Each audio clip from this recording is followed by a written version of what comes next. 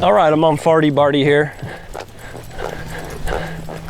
We're in the bridle, and I put a German setup on it, German martingale setup. And so the German just gives me kind of a gentler way to pull on a horse when I'm starting them in a bridle. But it also traps them a little bit, like the first half of a German until those knots is a draw rein, right? So it kind of traps them a little bit and gives them no option but to get soft.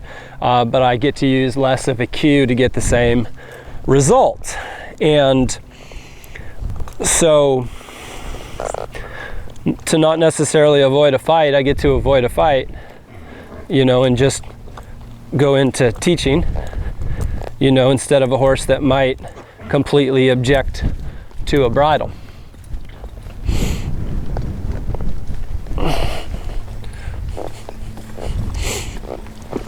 I'm using it like a bridle. It's outside rein, and he needs to get off of that and bring his shoulder over, and if his nose goes the other direction because of it, that's what my direct hand is for. But of course, get up there, buddy. But of course we're riding for the future, right, which is one-handed. So I'm going to come in here two-handed for now. You might see me switch during the ride a little bit if he lets me.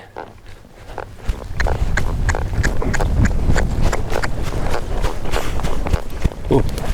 He needs to read that a little sooner. That cow bent away from him right there, and so he needs to pick that up. Cow bends away.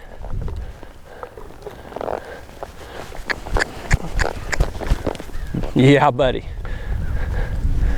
You got to read that stuff. Good patience and no patience. That's okay. You're just being extra cowy.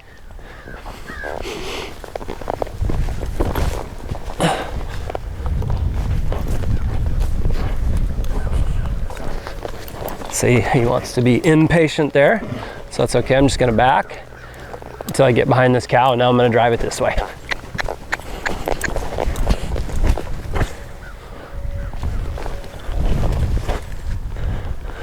He felt a little jumbled up there, so that's why the front end elevation. I ain't worried about that right now.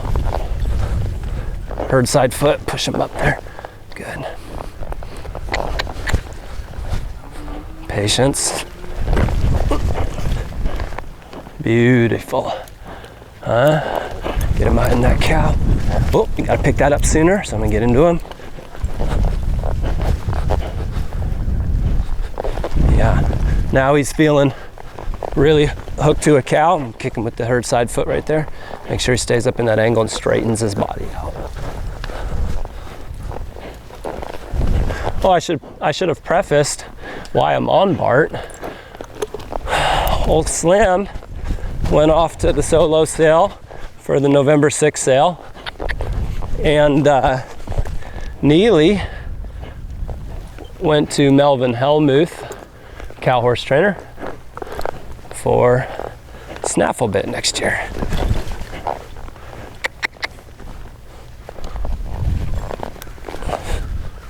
Patience. Patience and draw.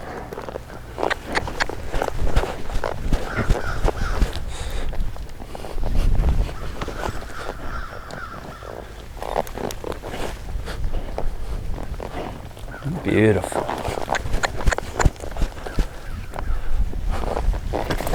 Whoop, a little bound up.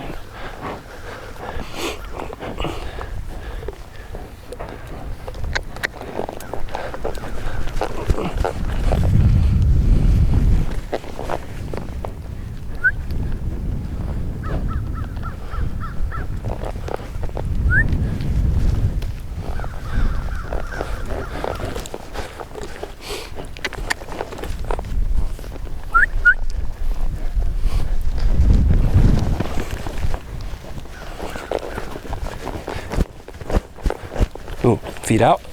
He needs to bury up right there. My feet come out. Good boy. I'll pet on him, and then I'm gonna come in here and drive that cow again.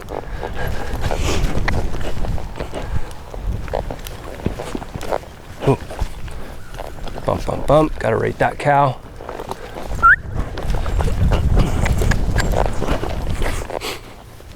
Patience.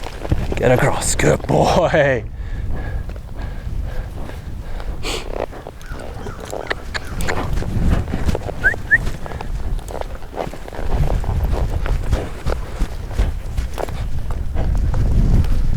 Patience. Get across.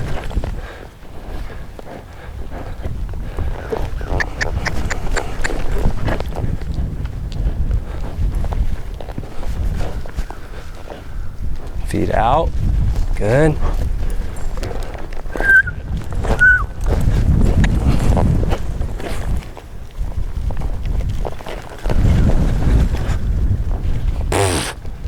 Good job, Bart. Look at that.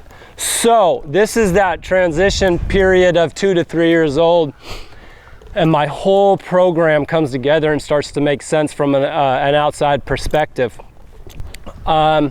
Have you ever seen in cutting a horse run across the pen, hit its ass, draw its inside hind foot back, or lands that way, and then not turn around?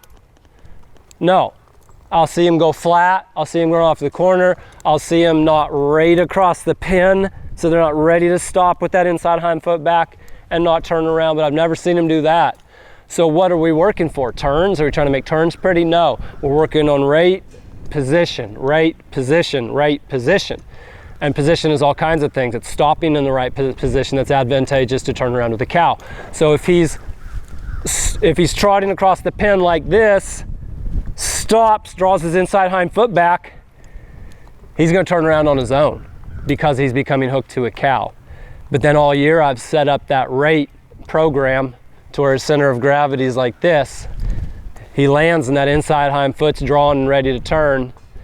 And then you see I'm not forcing him through a turn. Big, strong, heavy shouldered guy, you know, and I'm not forcing him through a turn at all. He's just hooked to a cow and he's in a position that's advantageous for turning, and so he does. So we make staying with that cow a reward to him, and that's what's going to hook him up and turn him into a cowy, flashy, cool looking horse.